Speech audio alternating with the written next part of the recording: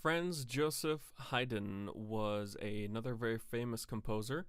He was born in the area of Austria, south of Germany, and he's known as a classical prankster. He did a lot of things. He had a great sense of humor, and so he did a lot of things in his music that were just a little bit, funny. So, going on, he is known as the father of symphonies. He wrote 104 symphonies. There's some other disputed numbers because there's so many of them. I've also heard 107. So look that up. Maybe you'll discover the controversy, or maybe I'm wrong. But that's kind of what I found. He created the form of the symphony that we still use today. And the form of a symphony is that there are four movements. The first three, they all have different themes, and they all have different tempos and styles and stuff. But the last movement, it actually brings all three themes together and plays them all at once.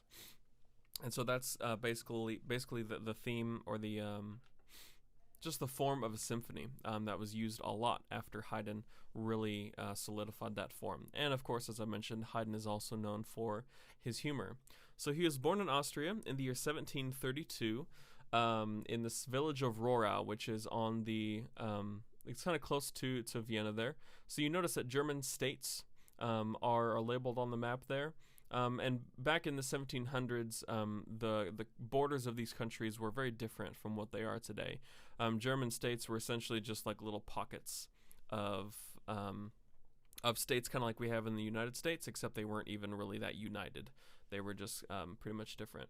So he was known, from an early age of enjoying music. He used to take two sticks or two pieces of firewood and, rub them together like he was trying to play the violin. As a child, Haydn was accepted into a boys' church choir. However, when he was 17, he was kicked out for two reasons. One, his voice was changing, and when your voice changes and you're in a boys' choir, you have to leave. And also, he cut off the ponytail of the boy in front of him. He apparently just got fed up and saw scissors and just went snip. So he was kicked out, and that kind of shows you a little bit of Haydn's sense of humor, or his orneriness, essentially. So after being kicked out of the choir, Haydn became a freelance musician and music teacher. He actually had a tough go of it. He could barely pass the rent. He was really just kind of scraping by. However, eventually, somebody thought that Haydn was a pretty good composer, and so they kind of gave him his big break, essentially. And after a few short jobs, he was hired by someone called Prince Nicholas the Magnificent. Probably a self-declared title. And Prince Nicholas built a new summer castle. He just had enough money lying around, and he named it Esterhazy. And here is where Haydn stayed for 30 years. He didn't have a whole lot of jobs after this. He kind of got in one spot, and he stuck it out. And there was a time where Prince Nicholas didn't let his musicians have any vacation time. Like, it was summer, so they moved out to the summer castle. And Haydn and his orchestra wanted to go home. They had families there back where they usually lived. And so Haydn actually did something about it. And this is one of his humorous symphonies. And he composed the Farewell Symphony. A lot of his symphonies have nicknames. And this is one of his more famous ones. During the last movement, all of the musicians eventually stopped playing. They blew out their candles, and then they just left the stage. They walked off. And at the end, only Haydn, who was playing violin, and his other first violinist remained. There were just two people there. And the idea was that Haydn said, "Hey, we have families, we want to go home, please let us go home." And so the prince got the idea, and the next day he let everyone pack up and they headed back. I will attach some YouTube links of these songs, so go watch the Farewell Symphony. Just skip around towards the end. I think the last movement is around 7 minutes long. I could be wrong. So jump ahead and kind of just watch those musicians walk off. So Prince Nicholas eventually passed away, and Haydn's next boss actually let him travel around. And so Haydn spent a long time in London. And it was here that Haydn composed some of his most famous pieces that we have.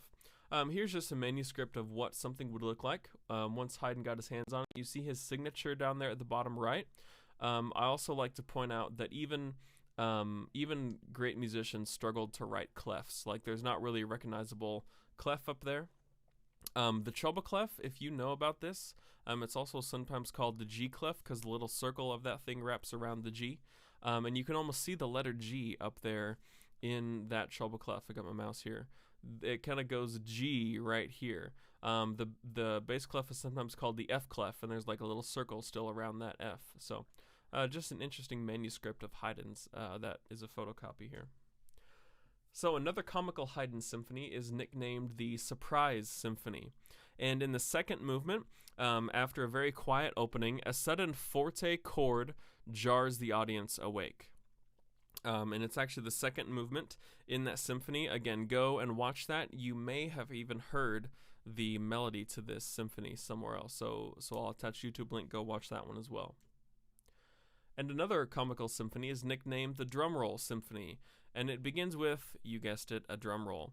Up until this time, drums were only used for the military. So if you think about like the Revolutionary War, maybe the movie The Patriot, if you've seen that kind of stuff, they would be marching and they would play a snare drum and a flute, and that would just help them march in time and not make them so bored as they were walking hundreds of miles. So when the symphony all of a sudden opened up with this drum roll, people were like, wait, where's the military? What's going on? But no, it was just the drum roll symphony. And when you go and watch it, you're going to hear the drum roll.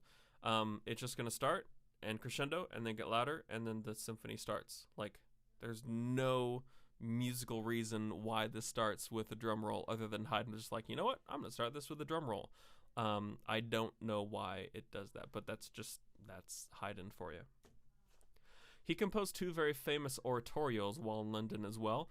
An oratorio is essentially an opera, like it has all the same kind of music, except that you don't wear costumes and you don't like walk around on stage.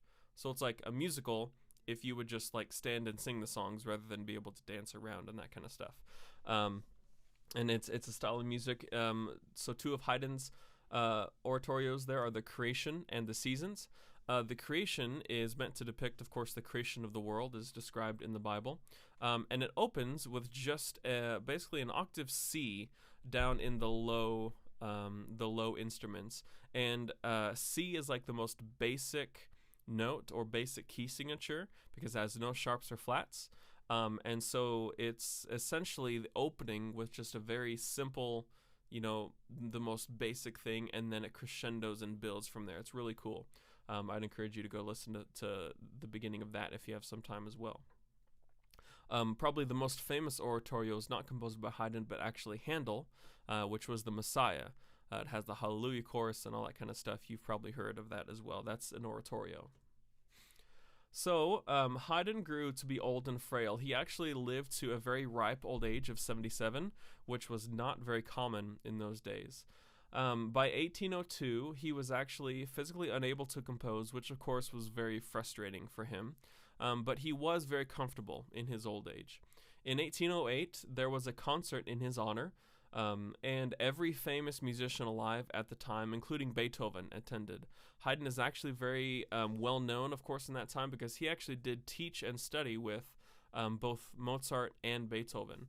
Mozart was born after after Haydn, but then Mozart died before Haydn passed away. So Mozart's short, incredible lifespan was within Haydn's.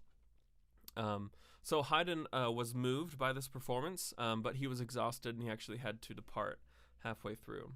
And in 1809, Haydn did eventually die. And at his funeral, Mozart's Requiem was played. And a Requiem is just a song for a deceased person. So that's the end of this part. Hopefully you got some good things for some further research. If there are any further questions, please let me know. Or if you want some more suggestions on some of his songs, go read his Wikipedia page if you're interested. You can get started with some research.